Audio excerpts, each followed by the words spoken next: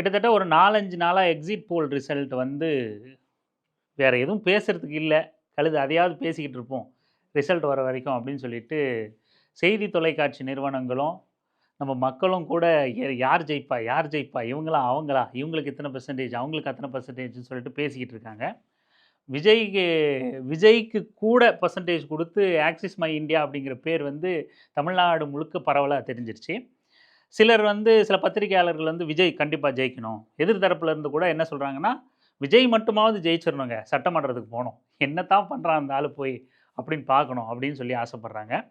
இப்படி பல்வேறு விஷயங்கள் போயிட்டு இருக்கு. பேசுபொருள் ஆகிட்டு இருக்கு. இன்னும் ஒரு நாள் தான் இருக்கு தேர்தல் முடிவுகளுக்கு.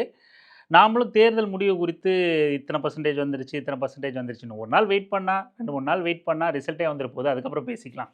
என்னத்த யூகத்த அடிப்படையா வச்சு பேசுறது? எந்த கருத்து கணிப்பும் வந்து இதுவரைக்கும் என்கிட்ட எந்த கருத்து கணிப்பும் யாரும் வந்து எடுத்ததில்ல. அப்படித்தான் நான் நான் நான் சந்திக்கிற நண்பர்கள் கிட்ட கூட யாரும் வந்து கருத்து கணிப்பு எடுத்ததா நம்ம பார்க்கல. அப்ப அத பெருசா நம்பகத்தன்மை கொண்டதா அத நம்ப கவனிக்கல. அதனால அத பொருட்படுத்தி அத உட்கார்ந்துகிட்டு விவாதம் பண்ணணும்னு நமக்கு தோணல. தேர்தல் முடிவுகள் வந்த பிறகே பேசிக்கலாம் அப்படின்ட்டு. ஆனா ஒரு விஷயத்த நம்ம பேசணும் அப்படின்னு நாம நினைக்கிறோம். தேர்தல் முடிவுகள் வருதோ, வரலையோ, விஜய் குறித்து சில விஷயங்கள நம்ம பகிரணும். ஏன்னா, பத்திரிகையாளர்கள் சில நபர்கள் வந்து தங்களோட ஆசைய தெரிவிக்கிறாங்க, விஜய் ஜெயிக்கணும் அப்படின்னு. விஜய் ஒரு கட்டத்தில அன்புமணிக்கு போட்டியா வந்துருவாரோ, அந்த மாதிரி நடந்தா, அன்புமணிய 2ஆம் இடம் தள்ளி தான் முதல் இடத்துல வர்றதுக்கு வாய்ப்பு இருக்கோ அப்படின்னு நமக்கு தோணுச்சு. சிலர் மனுக்கள்லாம் குடுத்து விஜய் கிட்ட அவரு கண்டுக்காம முதல்வன் பட முதல்வர் மாதிரி போனதெல்லாம் பார்க்கும்போது, சரி இதெல்லாம் ஆர்கனைஸ் பண்ணி சிலத நம்ம விவாதம் பண்ணிடுவோம் அப்படின்னு தோணுச்சு. அதுக்காக தான் இந்த பதிவு. இப்போ முதல்ல விஜய் வந்து மனு வாங்காம போனார்ல, அவர் வீட்டுக்கு வெளிய மனு வாங்காம போனார்ல, அந்த வீடியோ கிளிப்ப கூட பாருங்களேன்.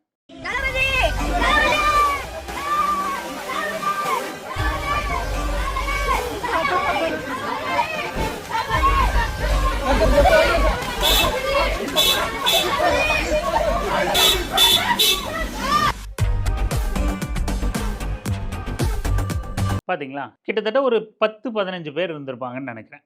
எனக்கு தெரிஞ்சு இந்த மனு குடுக்குற அந்த மக்கள் அங்க நின்னு மனு குடுக்குறது கூட அது ஒரு திட்டமிட்ட ஏற்பாடா தான் இருக்கும்னு நெனைக்கிறேன்.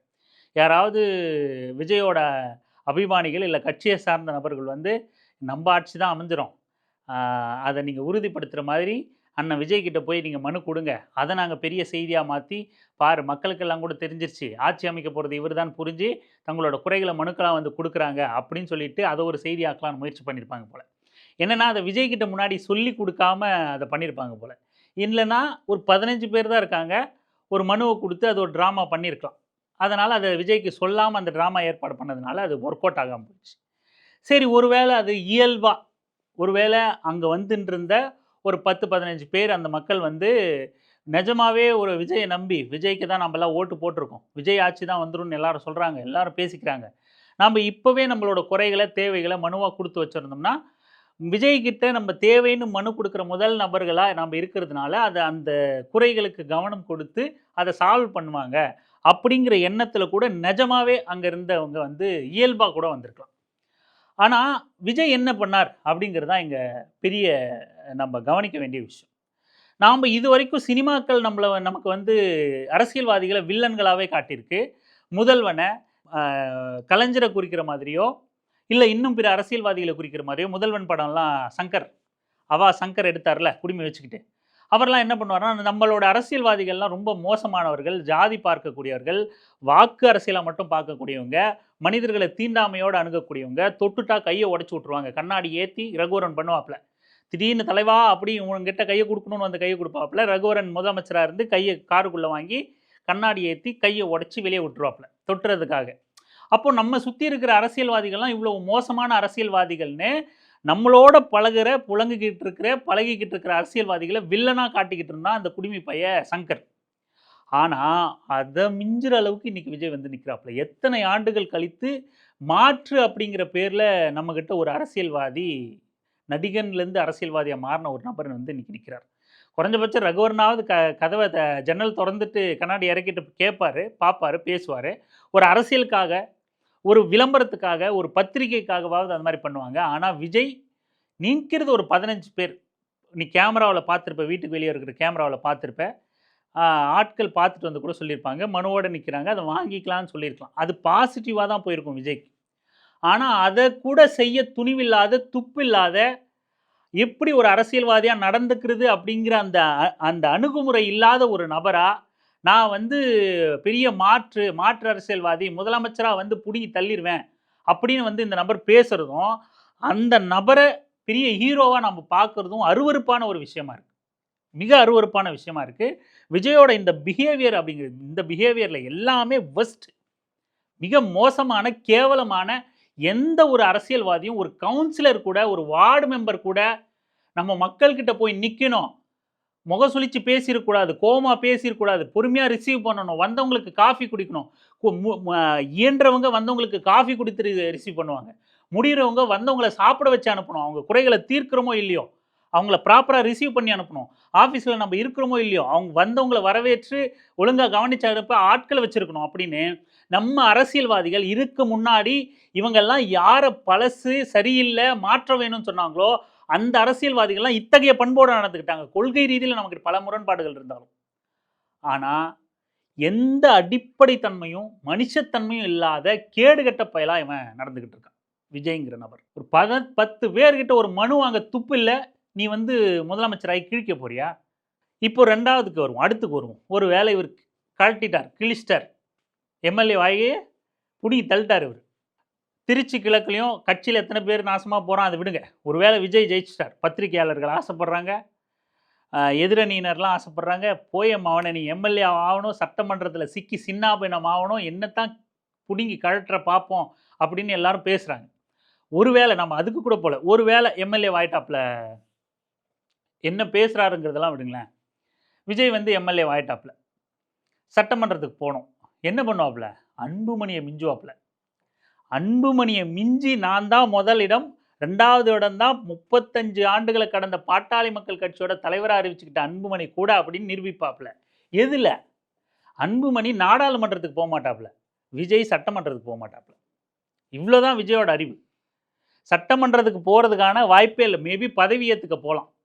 இல்லைன்னா இல்லைங்க எனக்கு பயமாக இருக்குது, நாங்கள் எங்கள் கட்சி எப்போ ஆளுங்கட்சி ஆகுதோ அப்போ நான் எம்எல்ஏ வைக்கிறேன், இப்போவே ரிசைன் பண்ணிடுறேன் அப்படின்னு சொல்லி ரிசைன் பண்ணலாம்.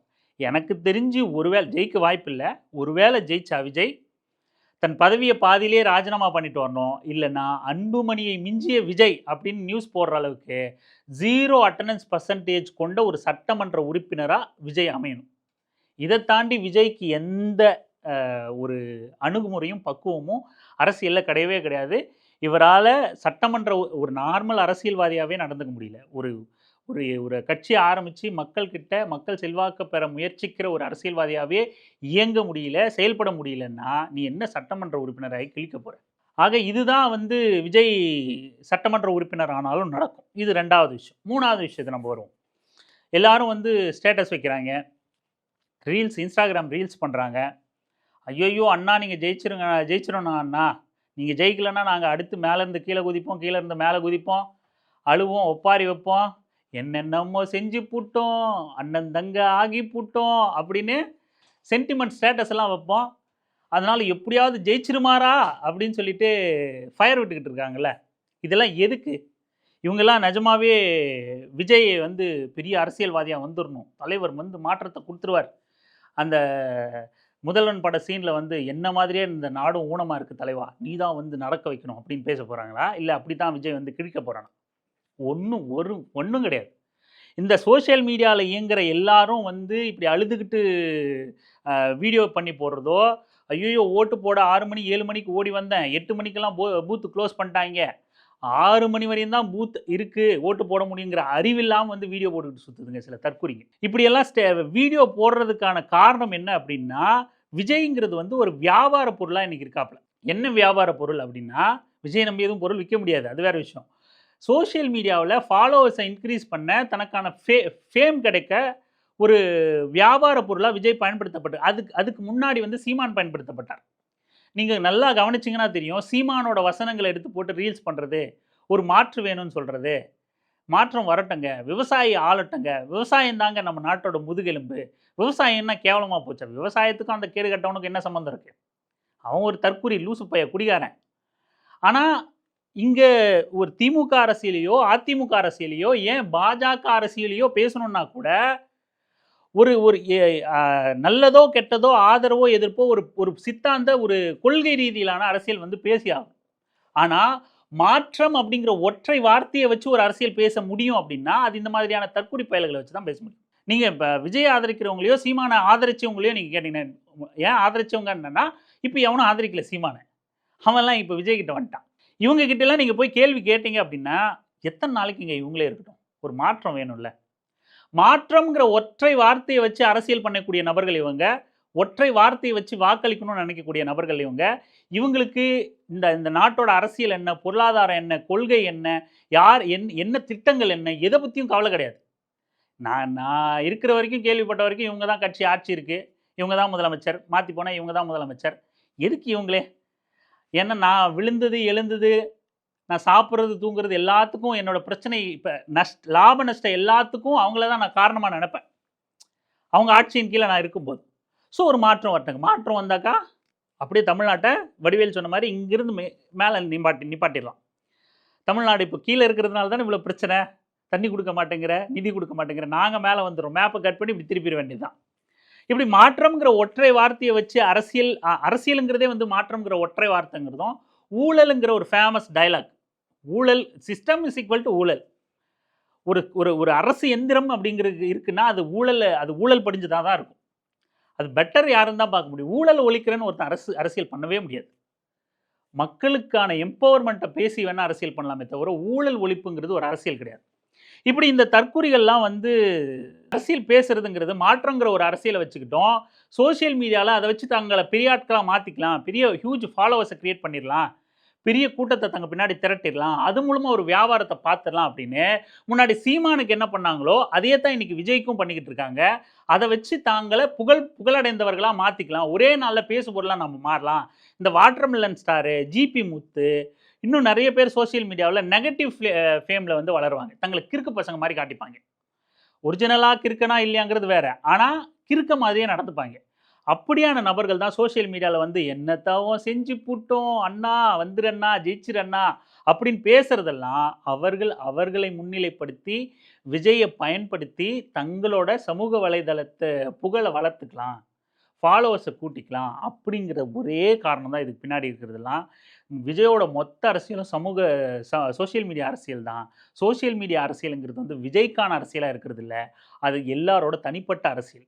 விஜய புகழ்ந்து பேசினா, விஜய் ஜெயிச்சுருவாங்கன்னு சொன்னா, விஜய்க்கு அமைச்சரவை கிடைக்குதுன்னு சொன்னா, தொங்கு சட்டமன்றம் அமையுதுன்னு சொன்னா, புஷி ஆனந்த் ஒரு அமைச்சரு, விஜய் முதலமைச்சரு, உள்துறை அமைச்சரு, புஷி ஆனந்த் கல்வித்துறை அமைச்சரு, ஆதவ் அர்ஜுனா வந்து லாட்டரி சீட்டுக்கு அமைச்சரு, இப்படின்லாம் ஏதாவது ஒரு பேர் நம்ம போட்டுக்கிட்டு இருந்தோம்னா, நெறைய பேர் பார்க்குறான். ஓ! நம்ம அண்ணன் ஜெயிச்சுருவார் போல. புரட்சி நடந்துருச்சு. ஜென்சி கிட் வந்துட்டாய்ங்க. புரட்சி ஓங்கட்டும், வெல்லட்டும்னு நெனச்சு, இப்படி ஒரு மாறுதல் நடந்துருது, மாற்றம் வந்துருது அப்படின்னு பேசணும்னா, விஜயோட ஃபேன்ஸு இல்ல ஜென்ரலா இந்த மாற்றம்ங்கிற வார்த்தையில அரசியல் பேசிக்கிட்டு இருக்கிறவங்களுக்கெல்லாம் கொஞ்சம் குளு குளு குளுன்னு இருக்கும். ஒரு லைக்க போட்டு போயிருவோம். இதுதான் நடக்குது. ஆக விஜய் அப்படிங்கிற நபர் எந்த மாதிரியான மக்கள் செல்வாக்கு உண்மையிலே சோசியல் மீடியால பேசப்பட்ட அளவுக்கு இருந்துச்சா அப்படிங்கிறது நாளான்னைக்கு தெரிஞ்சிரும். திங்கட்கிழமை தெரிஞ்சிரும். 4ஆம் தேதி. ஒருவேளை விஜய் வெற்றி பெற்றாலும் என்ன நடக்கும்? அன்புமணிய மிஞ்சிருவார். இது என்னது ஓட்டப்பந்தயத்தில நான் 2வது வந்தேன் அப்படிங்கிற மாதிரி தான். அன்புமணிய மிஞ்சிருவாரா? ஓ! அப்ப அவ்வளோ பெரிய ஆள் ஆயிட்டாரா? அப்படின்னு வேணா நம்ம பேசலாமே தவிர, அவர் நாடாளுமன்றத்துக்கு எப்படி 0 அட்டெண்டன்ஸோ, அந்த மாரி அ ரா விஜய் வந்து சட்டமன்றத்துக்கு 0 அட்டெண்டன்ஸ் இல்லன்னா பயந்து போய் ராஜினாமா. அன்புமணி அந்த மாதிரி பண்ணவர் தான். அவங்க அப்பாவே சொல்லிட்டார்ல. 2 1/2 வருஷம் தாக்கு பிடிக்கல ஒன்றிய அமைச்சரா. என்னால முடியாதுப்பா நான் வந்துடுறேன்ப்பான்னு சொல்லி அழுதா. நான் பார்த்துக்கிறேன் போடா மகனேன்னு சொன்னேன். அப்படின்னு அவங்க அப்பா சொன்னது தான். அதே தான் நடக்கும் விஜய்க்கும். அவங்க கேட்குற கேள்வியெல்லாம் என்னால ஃபேஸ் பண்ண முடியல. ஏதோ சட்டங்கிறான், ஆமுங்கிறான், கைய தூக்குங்கிறான். ஒண்ணுமே புரியல டாடி. எப்படியாவது என்ன காப்பாத்து டாடி அப்படின்னு இப்ப நான் பார்த்துக்கிறேன் நானு. கூட இருக்கிற அமைச்சர், எம்எல்ஏ கிட்டலாம் பேசி வைக்கிறேன். கொஞ்சம் உன்ன கவனிச்சுக்க சொல்றேன். சொல்லிக் குடுக்க சொல்றேன். கேள்வி கேட்காம இருக்க சொல்றேன். கேமராவ உன் பக்கம் திருப்பாம இருக்க சொல்றேன். நீ மாஸா கைய கால நீட்டி வசனம் பேசுற மாதிரி மட்டும் ஷாட் வைக்க சொல்றேன். நீ போடா மகனே எப்படியாவது 5 வருஷம் இருந்துடுறான்னு அவங்க அப்பா வந்து பேசுவார். அவங்க அப்பா விஜய்க்கு பேக்கப் குடுப்பார். வேற ஒண்ணும் நடக்காது. ஒரு மாற்றம், மண்ணாங்கட்டி எதுவும் கிடையாது. விஜயோட அரசியல் அறிவு அவ்வளோதான். அதனால நம்ம பெரிய அந்த எக்ஸிட் போலு இதெல்லாம் நம்ம பேசுறத தவிர்த்துட்டு, விஜயோட லட்சணம், யோகியத மக்கள ஒரு 10 பேர சேர்ந்தாப்புல சந்திக்கிறதுக்கு துப்பு இல்ல. வெற்றி பெற்றாலும் என்ன நடக்கும் அப்படிங்கிற கூத்து நமக்கு புரியுது. சோசியல் மீடியாவோட அந்த செயல்பாடுகள வச்சு விஜயோட கட்சியோட பலத்த நம்ம கணிக்க முடியாது. அது எல்லாமே அவங்களோட சுயநலத்துக்காக நிகழுது அப்படிங்கிறத நம்ம புரிஞ்சுக்கிட்டு, ஒரு மாப் மென்டாலிட்டி நெறைய பேர் ஒண்ணு செஞ்சா அது சரியா இருக்கும் அப்படிங்கிறதுல நம்ம போய் சிக்கக்கூடாது. நான் நான் 4 பேர் ஒண்ணு செய்றான், 40 பேர் ஒண்ணு செய்றான்னா, 40 பேர் செய்றது சரியா இருக்குங்கிறதுல போய் நம்ம விழக்கூடாது. மாப் மென்டாலிட்டி ஒரு கொர்ராடு மாதிரி தான் இருக்கும் அது. ஆடு மாதிரி அப்படியே தலையாட்டிக்கிட்டே போய் ஒண்ணு கிணத்துல விழுந்துச்சுன்னா, எல்லாம் போய் கீழ விழும். அதுக்காகலாம் நாம போய் விழணும்னுலாம் அவசியம் கிடையாது. அந்த மாப் மென்டாலிட்டிக்குள்ள நம்ம சிக்கிக்கணும் அப்படிங்கிறது ஒண்ணும் அவசியம் கிடையாது. விஜய் வந்து மேபி விஜய் கட்சியில இருக்கிறவங்களுக்கு கூட 1, 2 அரசியல் கொஞ்சம் புரிதல் இருக்கலாம். ஆனா விஜய் அடிமட்ட மண்ணாங்கட்டி. ஒண்ணும் தெரியாது. விஜய வச்சு ஒரு மாற்றம் மண்ணாங்கட்டியும் மயிரையும் பிடுங்க முடியாது. விஜயோட யோக்கியத மக்கள் சந்திப்பு அப்படிங்கிறது இப்படி தான் இருக்கு. போய் போய் அசிங்கப்பட்டு, கேவலப்பட்டு வரீங்க. அப்பயும் அந்த நபரோட யோகியத புரிஞ்சுக்கலன்னா, நம்ம என்ன சொல்றது? ஒருத்தன எப்பவுமே நம்ம பட்டா திருந்துவோம் அப்படின்னு சொல்லுவோம். பட்டுக்கிட்டே இருக்கீங்க, இன்னும் திருந்த மாட்றீங்களேடா! அது தோத்துக்கிட்டே இருக்கியேடா! அப்படிங்கிற மாதிரி. சிலரெல்லாம் அந்த மாதிரி இருக்காங்க. எவ்வளவோ நடந்துருச்சு. எதுக்குமே ரெஸ்பான்சிபிலிட்டி எடுத்துக்கல. தான் பொறுப்பு. வெற்றிக்கு இந்த எல்லாருக்கும் இந்த இன்ஸ்பிரேஷனல் ஸ்டோரி சொல்றது பிடிக்கும்ல. அப்துல் கலாம் எல்லாம் உதாரணம் காட்டுவாங்கல்ல. நானும் ஒரு அப்துல் கலாம் கோட் உங்களுக்கு உதாரணம் காட்டுறேன். தோல்வி ஒண்ணு வருது. ஒரு ப்ராஜெக்ட் ஃபெயிலியர் ஆகுது. ஒரு லான்ச் ஃபெயிலியர் ஆகுது அப்படின்னா, அது தான் தோல்விய பொறுப்பெடுத்துப்பேன் அப்படின்னு அப்துல் கலாம் சொன்னதெல்லாம் நம்ம படிச்சிருக்கோம். வெற்றி வரும்போது டீமுக்கு பகிர்ந்து குடுப்போம் அப்படின்னு சொல்லுவாங்க. தோல்வியையே, ஒரு ஃபெயிலியரையே, ஒரு அசம்பாவிதத்தையே ஒரு தலைவனால எடுத்துக்க முடியல. அத ஹேண்டில் பண்ண முடியல. தான் பொறுப்பேற்க முடியலன்னா, நீலாம் என்ன தலைவன்? என்ன கிழிக்க போற? என்ன புடுங்க போற? இந்த மாதிரி யோகியதை கொண்டவன் பின்னாடி முதல் தலைமுறை வாக்காளர்களா இருந்தாலும் போணுமா அப்படிங்கிறத சிந்திங்க. தொடர்ந்து பேசலாம்.